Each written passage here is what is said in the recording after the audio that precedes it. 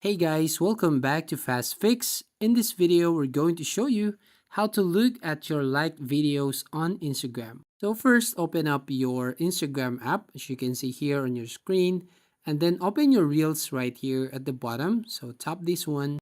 So if you want to like this video, you just need to double tap this video or screen right here. And here, you just need to double tap to like those videos. Now to find that like videos here, just need to tap on the profile icon at the bottom right corner of your screen. And then right here, just need to tap on the three lines at the top right. And then tap on this your activity. Now right here, you just need to tap on this likes right there at the top.